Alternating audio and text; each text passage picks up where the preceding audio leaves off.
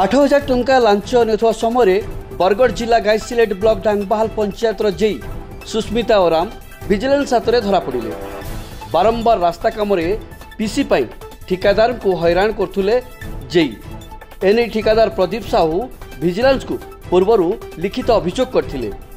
Launch टंका नेबा बेले छपी रहितबा विजिलेंस जेई सुस्मिता को माड़ी बसिथिले एवं लांच टंका जबत करने सह तांकु अटक रखी अधिक तदंत जारी रखिछि।